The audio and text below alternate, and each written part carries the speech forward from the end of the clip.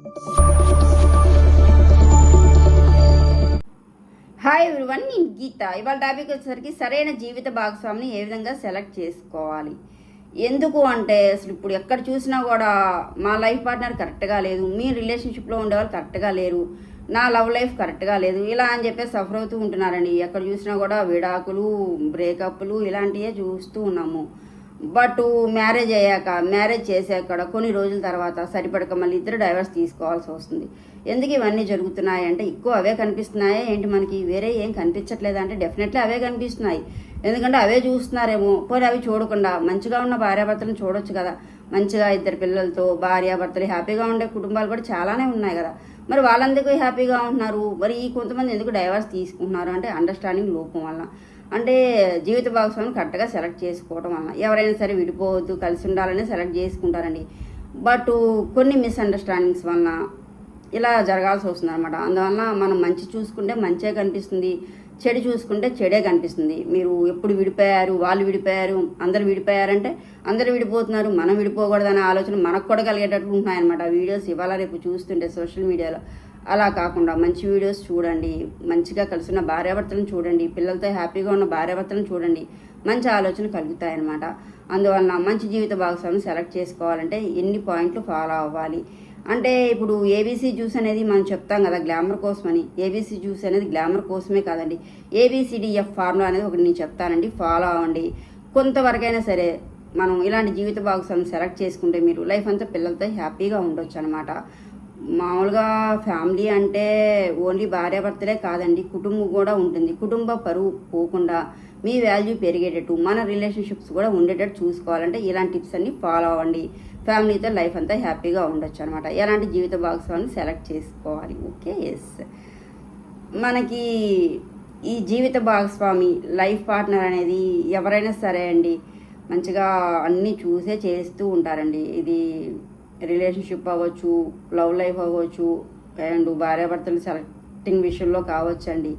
But అన్నీ చూసినా కూడా డిస్టర్బెన్స్ వలన ఎక్కువ బ్రేకప్లు అవ్వడము, విడాకులు అవ్వడము, లేకపోతే ఒకరికొకరు చంపేసుకోవడము చాలా టూ మచ్గా చేస్తూ ఉన్నారండి. ఇలానే జరుగుతున్నాయన్నమాట. బట్ ఎవరి ప్రాబ్లం వాళ్ళదే అనుకోవచ్చు మనం. బట్ అయినా అంతదాకా ఎందుకు వెళ్తున్నాయి, అంత చంపుకునేదాకా ఎందుకు, అసలు అలా చేయకూడదు కదా. వద్దు అనుకుంటే వదిలేసుకోవాలి. కానీ ఇంత టూ మచ్గా ఎందుకు బిహేవ్ చేస్తున్నారు, ఇంత అండర్స్టాండింగ్ లోపంతో ఎందుకు ఉంటున్నారు అసలు జీవిత భాగస్వామిని కొన్ని పాయింట్లు కనుక మనం ఆలోచించి సెలెక్ట్ చేసుకుంటే కొంచెం ఎవరికైనా సరే మనం ఇలాంటివి చూడకుండా ఉండొచ్చు, మంచి ఫ్యామిలీస్ని చూసుకోవచ్చు అనమాట. అందువల్ల ఫస్ట్ మనం ఫాలో అయ్యేది ఏంటంటే ఏబిసిడిఎఫ్లో first point A for age. ఆడవాళ్ళు మగవాళ్ళ మధ్యలో ఏజ్ గ్యాప్ లేకుండా చూసుకోండి. అంటే ఏజ్ అనేది ఎలా ఉండాలి అంటే ఒక 5 years వరకే ఉండాలండి. +3 +2 5 years అంటే ఒక 3 సంవత్సరాలు పెద్ద, ఒక 2 సంవత్సరాలు చిన్న, ఇలా వరకే చూసుకోవాలండి. అంతేగాని చాలా ఎక్కువ ఏజ్ ఉన్న వాళ్ళని, చాలా తక్కువ ఏజ్ ఉన్న వాళ్ళని అసలు చూసుకోకండి. ఒకప్పుడైతే కనుక భార్యాభర్తలకి ఏజ్ గ్యాప్ ఒక 20 years ఉండేది ఒకప్పుడు. తర్వాత తరంలో ఒక 10 years, ఇప్పుడు మనకి ఒక 5 years. ఇంకా తలుచుకుంటే ఇప్పటికి ఇంకా B Tech first year, B Tech final year ఇలానే ఉంటుందన్నమాట. బట్ ఈ ఏజ్ గ్యాప్ అనేది బాగా ఎక్కువగా ఉండడం వల్ల ఏమవుతుందంటే నీ ఆలోచన వేరు, నా ఆలోచన వేరు, నీకేమీ తెలియదు, నువ్వు ఊరుకో, అసలు నీ మైండ్ సెట్ వేరుగా ఉంది, నా మైండ్ సెట్ వేరుగా ఉందని మాట్లాడేస్తూ ఉంటారండి. అదే కనుక తక్కువ ఏజ్ ఉన్న వాళ్ళని, చిన్న ఏజ్ ఉన్న వాళ్ళని చేసుకుంటే, పెద్ద ఏజ్ వాళ్ళని చేసుకుంటే వాళ్ళు కూడా ఇలానే మిస్అండర్స్టాండింగ్తో ఎక్కువ లీడ్ చేయాల్సి వస్తుందన్నమాట. చిన్న ఏజ్ వాళ్ళని చేసుకుంటే నీకేం తెలియదు అంటారు, పెద్ద ఏజ్ వాళ్ళని చేసుకుంటే నీ మైండ్ సెట్ వేరు, నా మైండ్ సెట్ వేరు అని మాట్లాడుతూ ఉంటారండి. పోనీ అలా అని చెప్పి సమానంగా ఉన్న వాళ్ళని చేసుకుంటే నువ్వెంత నేనంతా ఇద్దరం ఒకటే కానీ మాట్లాడేస్తూ ఉంటారు. ఇలానే ఉంటుందన్నమాట ఏజ్ గ్యాప్ అనేది కరెక్ట్గా లేకపోతే. మెయిన్ ఎక్కువ మిస్అండర్స్టాండింగ్స్ వచ్చేది ఏజ్ గ్యాప్ అండి. ఎక్కువ పెద్ద ఏజ్ వాళ్ళని కాకుండా, చిన్న ఏజ్ వాళ్ళని కాకుండా, ఏజ్ అనేది 5 వరకు అండి, +3 +2 వరకు, ఒక 3 సంవత్సరాలు పెద్దయినా, 2 సంవత్సరాలు చిన్న, ఇంతవరకే చూసుకోండి. అంతకుమించి సెలెక్ట్ చేసుకోకండి. అలా చేసుకోవడం వల్ల ఎక్కువ గొడవలు వస్తాయి, మిస్అండర్స్టాండింగ్స్ వస్తాయి. నువ్వెంత అంటే నువ్వంత అని మాట్లాడుకుంటారు, నీకేమీ తెలియదు అని నాకే తెలుసు అని మాట్లాడుకుంటారు. ఎక్కువ ఏజ్ ఉన్నా బాగా తక్కువ ఏజ్ ఉన్నా కూడా. అందువల్ల ఫస్ట్ క్యాలిక్యులేట్ చేసుకోవాల్సింది ఆడవాళ్ళ మధ్య మగవాళ్ళ మధ్య ఏజ్ గ్యాప్ అనేది కరెక్ట్గా ఉండేది చూసుకోండి. 5 years +3 +2 వరకే చూసుకోండి. అంతకుమించి ఎక్కువ ఉండద్దు, అంతకుమించి తక్కువ కూడా ఉండద్దు అనమాట. Okay, yes. And next D for beauty. Okay. ఎవరైనా చూసేది ఏంటి, అబ్బాయి బాగున్నాడు, హ్యాండ్సమ్గా ఉన్నాడు, అమ్మాయి బాగుంది, చాలా చక్కగా ఉంది, తెల్లగా ఉంది, ఇలా అని మాట్లాడుకుంటారు. ఓకే.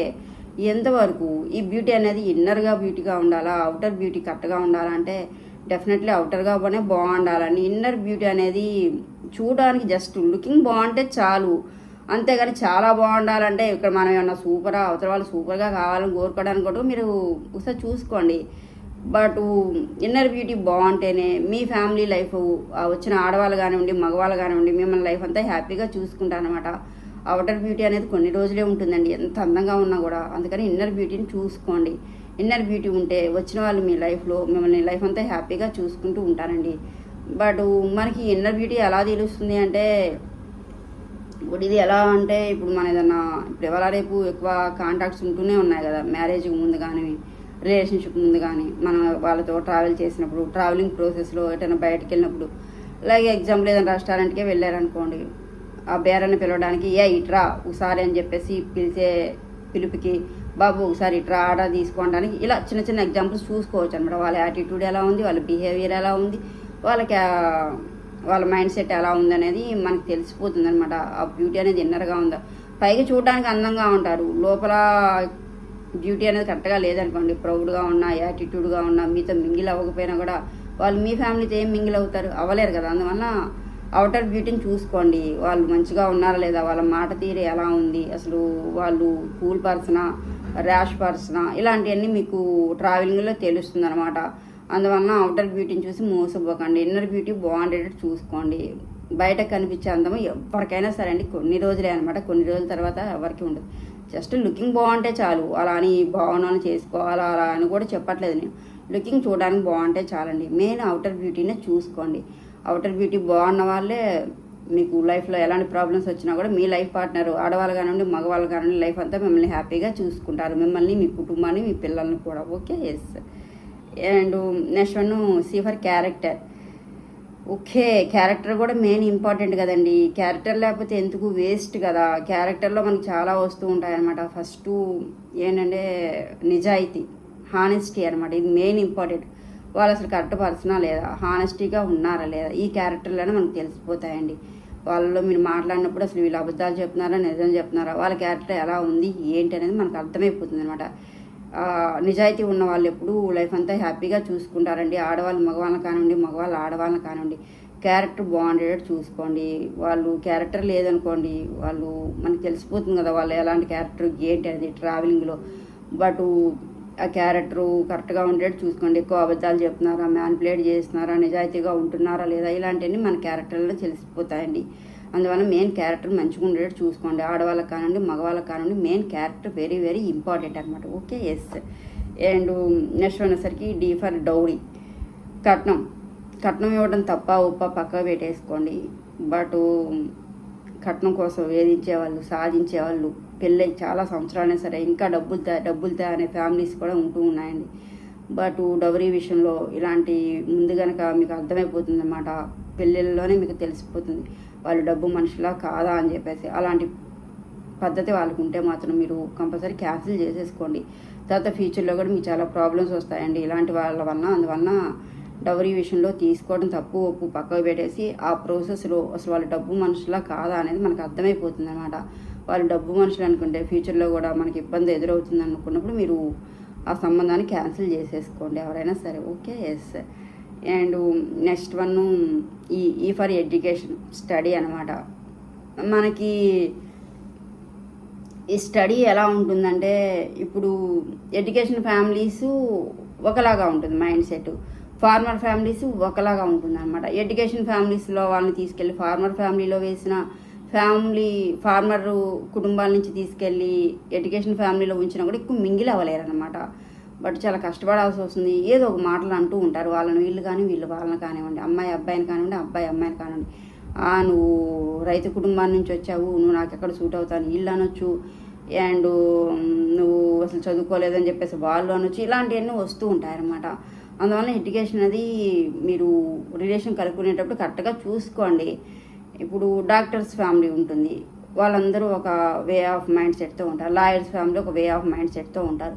రైతుల ఫ్యామిలీ ఒక వే ఆఫ్ మైండ్ సెట్తో ఉంటారు. అవును, అలా ఎవరి ఫ్యామిలీకి వాళ్ళే సూట్ అవుతూ ఉంటారు అనమాట. ఎడ్యుకేషన్ ఫ్యామిలీ వాళ్ళు ఎడ్యుకేషన్ ఫ్యామిలీకే సూట్ అవుతారండి. నార్మల్ ఫ్యామిలీకి తొందరగా సూట్ కాదు, మింగిల్ అవ్వలేదు, ప్రాబ్లమ్స్ ఫేస్ చేయాల్సి వస్తుంది, అడ్జస్టే బతకాల్సి వస్తుంది అనమాట. అందువల్ల ఎడ్యుకేషన్ కూడా మీరు బాగా చదువుకుంటే ఎడ్యుకేషన్ వాళ్ళకి ఇచ్చి చేయడానికి చూడండి. అంతేగాని ఎడ్యుకేషన్ లేకుండా ఇచ్చిన వాళ్ళు చేసుకుంటే మింగిల్ అవ్వలేరు, చిన్న చూపు చూడాల్సి వస్తుంది, అడ్జస్టే బతకాల్సి వస్తుంది అనమాట. అందువల్ల ఎడ్యుకేషన్ కూడా కరెక్ట్గా ఉండేట్టు చూసుకోండి. ఏ ఫ్యామిలీకి సూట్ అయ్యే వాళ్ళు వాళ్ళకే సంబంధాలు కలుపుకుంటేనే వాళ్ళ లైఫ్ అంతా హ్యాపీగా ఉంటారనమాట. Okay, yes. And next one F for family. Okay, అటేడు తరాలు ఇటేడు తరాలు చూడాలి అంటారు. మనం అటేడు తరాలు ఇటేడు తరాలు ఇవ్వాలని కనిపించకపోయినా చూడకపోయినా కనీసం మనం చేసుకున్న అబ్బాయి ఫ్యామిలీ వరకైనా మనం చెక్ చేసుకోవాలండి.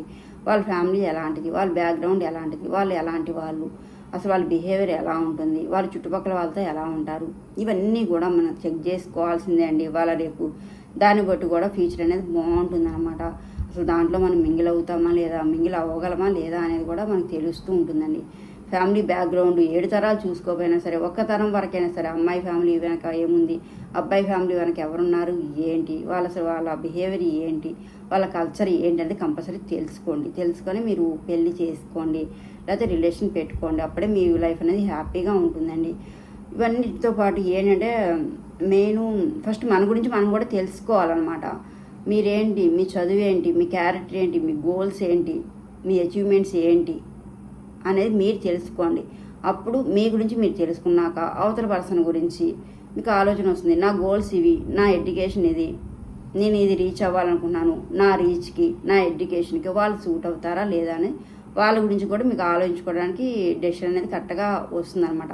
మీ గురించి మీరు ఆలోచించుకోవడమే కాకుండా మీ గురించి మీరు ఆలోచించుకొని ఫస్ట్ అవతల వాళ్ళ గురించి కూడా ఆలోచించండి. అప్పుడు కూడా మీకు ఫుల్ క్లారిటీ వస్తుందండి. ఫైనల్గా నేను చెప్పేది ఏంటంటే మ్యారేజ్ అనేది, రిలేషన్ అనేది ఏదైనా సరే అండి, ఓన్లీ ఇద్దరు మనుషులైనా ఆలోచించకండి. 2 కుటుంబాలు, సొసైటీ, మన సొసైటీలో బతుకుతున్నాం, అడవిలో బతకట్లేదనమాట. చక్కగా మనం ఏదైనా మెయింటైన్ చేస్తే మన వాల్యూ పెంచాలి, మనకు కుటుంబానికి గౌరవం తీసుకురావాలి. ఎవరో ముక్కు మొహం తెలియని వాళ్ళని, దేనికి పనికిరాని వాళ్ళని మన లైఫ్లో ఎంటర్ చేసుకుంటే తప్పేమీ కాదండి. దీని గురించి ఆలోచించండి.